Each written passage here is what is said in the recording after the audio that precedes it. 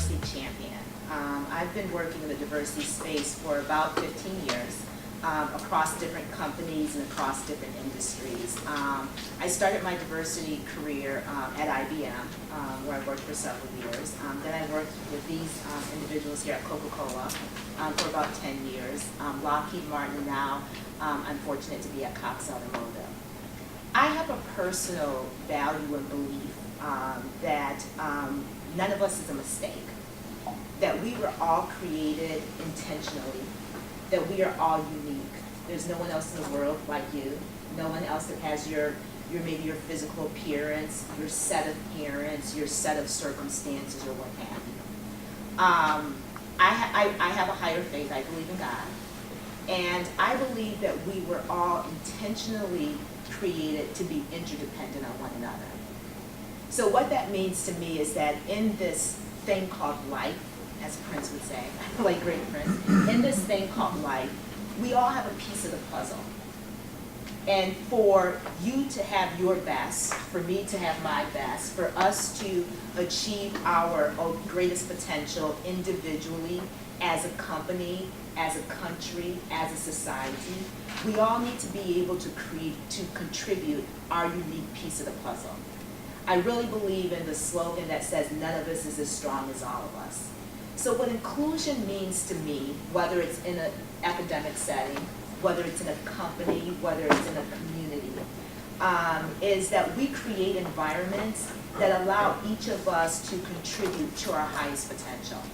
I think when we do that, that's when innovation happens. That's when new ideas are sparked. That's when new products are developed, when new services, that's when we reach new clients. You know, that's when we all personally benefit. And so that's what inclusion means to me, and that's what called me into this particular piece of work. You know, just kind of an example, a personal thought I have, I think that when we all kind of get to the end, whatever that is, if you kind of believe there's going to be a final end, I think that we're going to find that many of life's problems could have been answered if we supported one another, if we had more inclusive environments. Maybe the cure to cancer would have been created if we had cultivated and nurtured that Latino boy and provided him with the support that he needed. Maybe he was purposed to create the cure for cancer, but because of discrimination, because of exclusion, that cure for cancer is being delayed for decades. And in the meantime, my mother dies, your aunt dies, you know, what have you. So I believe that that's kind of the value to inclusion and diversity. In 2009, when I was still working at the Coca-Cola company, I attended a diversity conference in New York City. And at this conference, there were several economists there. So if you remember back to that time, that was a time that we were in the Great Recession, right? So think economy was not good. And there were all these economists at this diversity conference. And I remember one particular economist, I think he was from Harvard University or somewhere, was talking about the economy and talking about the recession and why we were in this recession. And there was two different kind of viewpoints to the recession. There's a Keynesian side of economics and then the supply side of economics, which I really don't know what that means. But, but they had very different views on why the recession happened. And they had very different views on what was going to end the recession, right? But they did have one point where they agreed. And that one point was that innovation would get us out of the recession. They're saying, you know, when you come up with great ideas and great products and services, that kind of spurs growth. And they said, why are we here at a diversity conference talking about that? And they said the reason why is because in America, we have some of the most diverse companies, or we have the potential to have some of the most diverse companies. And they said, what we need you to do as diversity practitioners, as Lisa said, research shows, bar none, that more diverse teams, where you have an intersection of diversity, thought, and ideas and backgrounds, that's what creates innovation. That's what creates ideas and new products and services. He said, what we need you to do as diversity practitioners working in companies is we need to help you to get people from different backgrounds working together and innovating so that we can end this recession for all of us. And so that's really what the business case is, if you will, for diversity. Now, the other side of the story, let's talk about those things that we don't like to talk about, to your point. Diverse teams, okay, so are you guys familiar with the stages of teams? The forming, norming, storming, performing, right? Those are all stages that teams go for. So while we say, research says that diverse teams with an inclusive environment, that's important, because diversity is kind of about, you know, how people look and their backgrounds, whatever. The inclusive environment is there an environment that that welcomes and appreciates and encourages diverse ideas and diversity of thought or what have you. So when you have diverse teams, if you don't have that inclusive environment, or what research also shows is that diverse teams derail at a much quicker pace than monogamous teams. That's the part we don't like to talk about, right? Mm-hmm. So part of our job, my job as a diversity practitioner, your job perhaps as an educator or a trainer or a business leader or entrepreneur or an executive or a CEO, is to get diverse teams through that storming phase quicker so that they can start performing and innovating and creating and doing what we know that they can do best.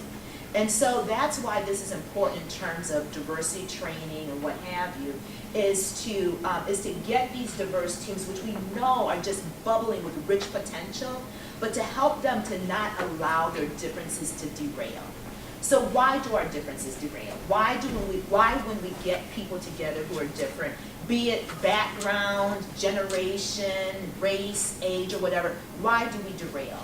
Because as humans, we prefer sameness, all right? We kind of like people who are like us, you know, and that doesn't make us bad. It makes us human. We're most comfortable with people who are just like that. It's easier, you know what I'm saying? It doesn't require as much effort, but we weren't created to be that way. You know, we were really created to be interdependent with one another. You know, we've heard the term unconscious biases.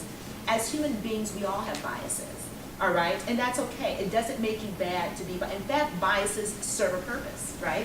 So if you think back to, you know, when we were perhaps cavemen and cave women, if you got bit by a poisonous snake, would it be in your best interest to be biased towards those poisonous snakes again in the future? I mean, that could save your life, right? Where it becomes problematic is when we're no longer in those environments and we're applying those same biases.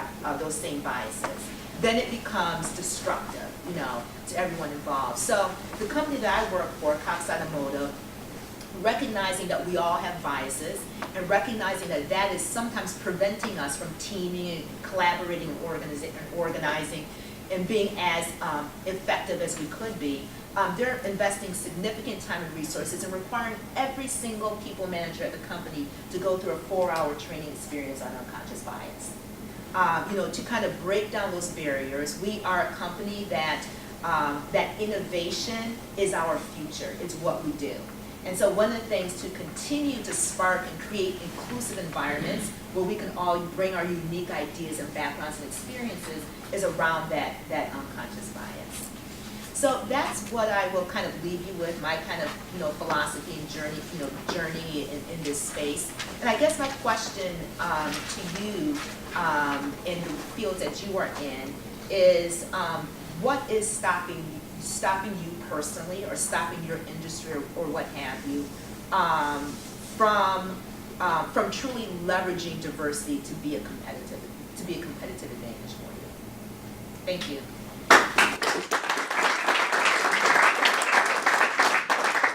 It's interesting, I didn't know what they were going to say and how they both kind of bookended on this whole idea of unconscious bias. So I'm going to end with a quick story because you've motivated me to talk about things that make you uncomfortable. One of the most poignant memories I have about my own unconscious bias that I did not realize until the person I was working with shared it with me. So I worked at Coke, Final Four's in town. We're calling on different retailers, selling promotions, and we're getting everybody involved. And I go out in the marketplace with an African-American male that I work with. We don't work closely together. We knew each other, but we're paired for this activity. And we go out in the marketplace, and we're in some of the poor neighborhoods. And we walk in, outlet after outlet, and I go in and I go, may I speak with the manager? Can I speak with the manager? And after about the third outlet, when we step out, he said, Lisa, he said, I want to suggest something to you. when you see that young African American behind the counter, don't always assume they're not the manager. Now, everybody in these outlets was probably African American. So for me, it was more of an age thing, right? You don't look old enough to be the manager, than a race thing. But he said, in my community, people need to know and to hear that they expect them to be in leadership roles. So instead of saying, may I speak with the manager, a slight tweak to your language may be, are you the manager? And I thought it was an interesting moment of unconscious bias that I, with a slight tweak of my language, could create a different experience in that moment for the